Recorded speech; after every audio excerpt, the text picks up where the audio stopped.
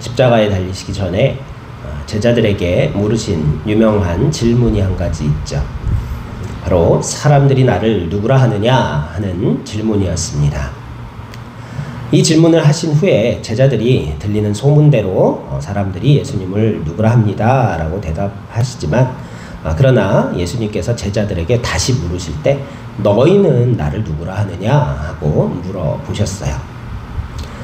이 질문의 핵심이 무엇인가 곰곰이 묵상해보면 말이죠, 사람들이 예수님께 무엇을 바라고 원하는가 라는 질문이라는 것을 알 수 있어요. 또 제자들은 그렇다면 너희는 내게 무엇을 바라느냐 라고 물어보시는 것임을 알 수 있어요. 우리 예수님을 믿는 그리스도인들은요, 예수 이름을 통하여 많은 것을 간구하고 기도하죠. 아들의 이름으로 무엇이든지 구하면 내가 주겠노라 하신 아버지의 약속 때문이기도 하지만요, 우리 예수의 이름으로 많은 것들을 구하면서 바라면서 우리가 믿음 생활을 하고 있습니다. 그런데 우리나라 속담 중에 그런 말 있죠. 떡 줄 사람은 생각도 않는데 김칫국부터 마신다 라는 속담이 있습니다. 이처럼 예수님께서 참으로 우리에게 주시고자 하는 것이 무엇인가를 먼저 아는 게 중요한 거예요. 주원이 휴가 나왔으니까 오늘은 점심을 우리 교회에서 살려고 그러는데 뭘 먹고 싶은지 우리가 잘 알아야겠죠. 근데 더 중요한 건 뭐예요? 우리가 살 수 있는 범위를 알아야 되는 거죠. 주원이가 호텔 뷔페요 그러면은 난감해지죠. 우리가 무엇을 줄 수 있는가, 무엇을 주려고 하는가 하는 것을 잘 알아야 하는 것처럼 예수님도 마찬가지라는 거예요. 우리가 예수님 통해서 얻고자 하는 것보다 예수님께서 이 땅에 왜 오셨는가, 우리에게 무엇을 주시고자 오셨는가 하는 것을 먼저 아는 것이 주님 주시는 진정한 기쁨을, 진정한 선물을 온전히 누릴 수 있는 지혜임을 믿습니다. 오늘 본문 말씀에 예수님께서 스스로 하신 말씀이세요. 우리에게 주신 말씀입니다. 예수님이 왜 이 땅에 오셨고 무엇을 이 땅에 주시기 원하시는지 주님께서 친히 가르쳐 주셨어요. 그런데 오늘 본문 첫 번째 절에 보면 내가 뭐를 던지러 땅에 왔노니 그러셨어요. 불을 던지러 땅에 왔다. 우리에게 불을 주시기 원하신대요. 이 불이 뭘까 우리가 생각해 볼 필요가 있겠죠. 성경 말씀을 쭉 묵상하다 보면은요, 성경에는 불에 관련된 이야기가 참 많이 나와요. 불에 관련된 게 뭐가 있을까요? 제일 먼저 불 그럼 뭐 생각나요? 소돔과 고모라 멸망시키실 때 하늘에서 불을 떨어뜨리셨다 그랬죠. 이렇게 불이라는 게 죄악의 결과인 심판을 상징하는 의미가 있습니다. 두 번째로는요, 제사의 의미가 있어요. 사람들이 자기 죄를 용서받기 위해서 대신 소나 양이나 다른 짐승을 죽여서 그 짐승을 하나님께 드린다는 의미로 어떻게 했어요? 불태워서 드렸죠. 불살라서 제단에서 불태워서 드렸어요. 그래서 이 불은 또한 죄사함의 제사라는 의미가 있어요. 또 동시에 정화시킨다. 이 불을 통해서 제사를 하나님께 드림으로 말미암아 깨끗게 하시는 죄사함의 의미가 있다는 거예요. 또한 이 불이 상징하는 게 성경에 또 하나 있어요. 뭘까요? 모세가 어디서요? 시내산에서 하나님 처음 만날 때 어디서 만났어요? 떨기나무 불꽃, 그쵸? 떨기나무가 불타오르는 떨기나무 불꽃 가운데 임하시는 하나님을 만났다고 성경이 기록하고 있죠. 또한 하나님의 임재를 상징하는 이 성전, 이스라엘에 있는 이 예루살렘에 지은 성전에 지성소 안에 뭐가 있었어요? 7등잔이 있었죠. 7등잔. 그래서 거기 불이 꺼지지 않도록 하나님께서 정하신 비법으로 만든 기름을 항상 채워놓았어야 했죠. 하나님의 임재를 상징하는 불. 그래서 이 불이라 하면 하나님이 함께 하신다, 하나님이 임재하신다, 그곳에 계시다라는 상징적 의미를 또한 가지고 있어요. 마지막으로 우리가 물 세례와 성령 세례를 이야기하죠. 불 세례라고 얘기하기도 하죠. 비유하기도 하죠. 이처럼 성령의 임재를 불에 상징하기도 합니다. 그렇기 때문에 주님께서 우리에게 불을 던지러 오셨다, 이 땅에 불을 주시러 오셨다, 그 말씀은 뭐예요? 예수님께서 이제 궁극적 심판을 이루시는 거예요. 예수 그리스도를 온전히 믿는 자는 영생의 구원을 얻을 것이요, 예수 그리스도를 믿지 않는 자들은 심판을 당하는, 그 의미가 불의 의미죠. 또한 어때요? 자신이 우리의 죄를 대신하여서 사함받기 위하여 제물로 십자가에서 대신 피 흘려 죽으신 제사를 상징하는 의미가 있습니다. 그 예수님의 보혈의 희생으로 말미암아 이제 우리가 깨끗이 죄사함을 받았다는 정화의 의미 또한 가지고 있죠. 그리고 이제 정화된 우리의 삶 위에 성령으로 늘 함께 하시고 임재하신다는 의미가 바로 불을 던지러 오셨다라는 말씀입니다. 이 불이 땅에 이미 붙었으면 내가 더 바랄 것이 무엇이 있겠느냐라고 말씀하실 정도로 예수님께서 간절히 우리에게 주시기 원하신 것이 바로 이 죄사함과 구원이라는 것을 깨달을 수 있기를 소망합니다.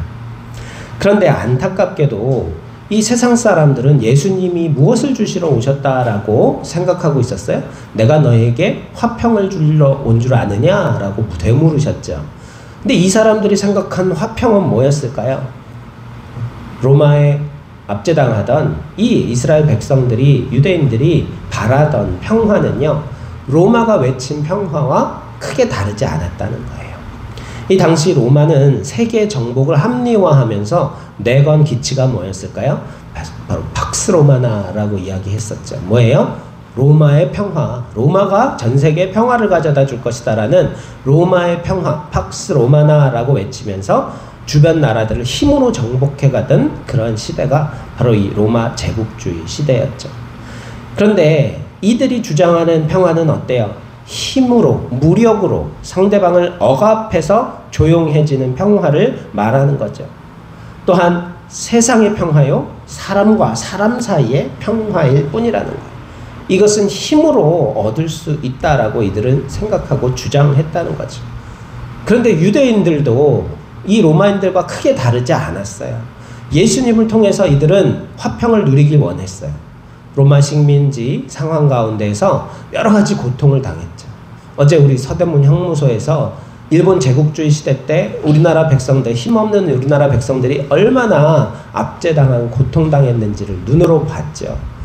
그 처참한 고문 도구들과 그 좁은 방에 가다 놓고 짐승처럼 대우하다가 결국은 사형장에서 목숨을 잃고, 그리고 시구문 바깥으로 나가서 그저 한 줌의 재가 되어버리는, 사라져버리는 그런 비참한 시간을 우리나라가 겪었어요. 그 빼곡히 벽에 붙어 있었던 그 많은 사진들이 다 수감자들 사진이잖아요. 그쵸? 죄 없이 다 갇혔던 사람들이라는 거예요. 그 많은, 거기 붙어있지 않은 사람들 훨씬 더 많이 있겠죠. 그 많은 목숨, 생명들이 나라를 사랑했다는 이유만으로 잡혀가서 고문당하고 죽임을 당하고 그렇게 큰 고통을 당했던 시대였어요. 이와 비슷했던 이 로마의 압제와 통치, 그 시대에 유대인들도 간절히 바란 게 뭘까요? 대한독립 만세처럼 정말로 이 이스라엘이 누렸던 황금기, 다윗과 솔로몬 시대에 그 황금기를 다시 누리기를 간절히 바랬다는 거예요. 그러기 위해서 이 예수님이 보여주신 많은 능력과 기적들을 바라보고 사람들이, 아, 저분이 진정한 메시아구나, 무리를 걸으시고 죽은 자를 살리시고 수많은 병을 다 고치실 수 있는 저 능력 있는 분이 옛 사사들이 그랬던 것처럼 이방 민족들이 침략했을 때 사사들이 믿기지 않는 힘으로 그들을 쳐서 물리쳐갖고 독립을 다시 쟁취시켜 주었던 것처럼 예수님께서도 그 능력을 사용하시기만 하면 로마의 군대 따위는 두렵지 않다라는 생각을 가지고 있었어요. 곧 이들 역시 로마와 마찬가지로 예수님의 힘을 통한 평화를 얻을 수 있기를 원했다는 거예요. 예수님을 통해서 얻고자 했던 화평, 유대인들조차도 로마인들과 다름없는 힘을 통한 평화와 화평을 원했다는 거예요. 그러나 예수님께서는 그게 내가 너희에게 주고자 하는 진정한 평화가 아니라는 것을 가르쳐 주시죠. 오늘 말씀을 통해 바로 불을 땅에 던지러 왔고 이 불로 말미암아 너희가 말하는 그 평화, 사람과 사람 간의 평화가 먼저 이루어지는 게 아니라는 것. 도리어 가장 가까운 사람들, 한 집안에 5사람이 있는데 둘이 셋이 둘과 싸울 것이다. 분쟁을 할 것이다 그러셨죠. 또 아버지와 아들, 어머니와 딸, 며느리와 시어머니가 가장 가까워야 할 그 사이가 다투고 분쟁하게 될 것이다 라고 말씀하셨어요. 이게 뭐예요? 사람 사이의 평화보다 먼저 되는 뭐예요? 하나님과 인간 간의 평화가 먼저 이루어져야 한다는 거예요. 예수 그리스도를 통한 죄사함과 하나님과의 관계가 먼저 회복되어지지 아니하고는 사람과 사람 간의 진정한 평화라는 것은 이루어질 수가 없다는 것을 주님 가르쳐 주시고 계신 거예요. 여러분, 우리도 이 땅에서 평화롭게 살기 위해서요, 먼저 이루어야 할 게 뭐예요? 바로 예수님을 통하여 아버지 하나님과 온전한 평강을 누려야 한다는 것을 깨닫기를 간절히 소망합니다. 부활하신 예수님께서 제자들을 찾아오셔서 가장 먼저 물으신 질문도 뭐라 그랬죠? 너희가 평안하뇨? 그러셨죠. 평안하뇨? 그리고 나의 평안을 너희에게 주노라 라고도 말씀하셨어요. 하나님과 아버지와 창조주 하나님과 누리는 평강 이후에야 진정한 사람과 사람 간의 평강도 이룰 수 있다는 것을 주님께서 가르쳐 주시고 계십니다. 주님께서 이 땅에 오셔서 우리에게 진정으로 주시기 원하셨던 것들은 우리가 원하는 세상의 것들이 아님을 깨닫기를 소망합니다. 힘과 부와 권력으로 이 세상과 누리는 화평이 아니라는 것을 깨닫기를 간절히 소망합니다. 존이 전역하려고 그러니까 이제 어때? 미래에 대한 고민과 근심들이 조금씩 생겨납니까? 더 구체적으로 다가오죠. 이제 졸업은 어떻게 해야겠고, 졸업하고 나서 나의 진로는 어디로 가야 할까? 군대에서 가보니까 좋은 직장 취직해서 많은 돈을 쓰는 그런 선임들도 있고, 여러 가지 사회생활의 모습들을 바라보면서 나는 어떻게 살아야 할까라는 고민을 하게 됐을 거야. 근데 답은 이미 어느 정도 정해져 있었지. 열심히 일해서 많이 벌고 살고 싶지, 그치? 그래, 더 많은 것들 누리면서 살고 싶은 거야. 그지만 우리 인간에게는 그것보다 더 큰 의미가 있다는 것. 아까 기도했지만 우리가 엄마 뱃속에 10개월 동안 태아로 있잖아요, 양수로. 근데 그게 태아에게는 전생처럼 느껴졌을 수도 있어요. 그래서 엄마 뱃속에 있을 때 뭐가 중요하다 그래요? 태교가 중요하다 그러죠. 그래서 엄마들이 아기 가지면 어때요? 평소 좋아하던 나쁜 것들, 해로운 것들은 다 끊죠. 그리고 몸에서 안 받는데요. 사발면 먹기가 싫었다면서요. 좋아하던 라면이나 사발면이 먹기 싫어지더라는 거예요. 커피도 그렇고, 담배도 피기가 싫고.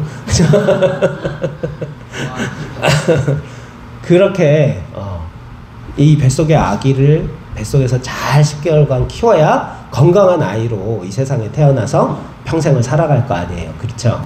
마찬가지로 우리가 이 땅에서의 삶이 전부라고 생각하면 안 된다는 거예요. 요즘 그 쇼츠에 보니까, 인터넷 방송으로 보니까요, 이제 죽음 후가 끝이 아니다라는 것을 과학적으로 증명하기 위해서 여러 가지 시도를 하고 있는 그런 이야기도 등장하던데요. 우리가 이 땅에서 살아가는 기껏해야 8, 90, 100년 되는 이 생애가 우리 삶의 전부가 아니라는 것을 알면서 살아갈 수 있기를 소망해요. 태교가 중요한 것처럼 10개월 엄마 뱃속에서 태교를 잘 받고 자란 아이가 건강하게 세상에서 살아가고 큰 인물로 그렇게 성장하여 가는 것처럼 우리도 이 땅에서의 80평생을 어떻게 사느냐에 따라서 하나님 나라에서 하는 일이 달라질 줄로 믿습니다. 하나님 나라에서 쓰임받느냐 그렇지 못하느냐가 결정되고 천국에서 우리가 쓰임받는 것도 달라질 줄로 믿습니다. 우리가 이 땅에서의 삶을 하늘나라 천국과 영생을 준비하고 예비하는 지혜로운 삶을 살 수 있기를 소망합니다. 그래서 유대인들이 기대하고 바랐던 눈에 보이는 이 땅에서의 잠깐의 평화가 아니라 하나님 주실 영원한 천국에서의 소망과 진정한 평강 가운데에서 그것을 소망하는 삶을 살아갈 수 있는 은혜가 있기를 간절히 소망해요. 예수님께서 불을 던지러 오셨다 그랬죠. 그 불로 나의 죄를 태우고 하나님께 나를 드리는 제사를 드림으로 말미암아 죄사함을 받아 세상과 구별된 거룩한 삶으로 하나님과 화평하는 성령 충만한 삶을 우리에게 주시기 위하여 예수님께서 오셨음을 다시 한번 우리가 깊이 묵상하면서 그 은혜를 온전히 누릴 수 있는 지혜로운 하나님의 백성들 되시기를 간절히 소망합니다. 기도드리겠습니다.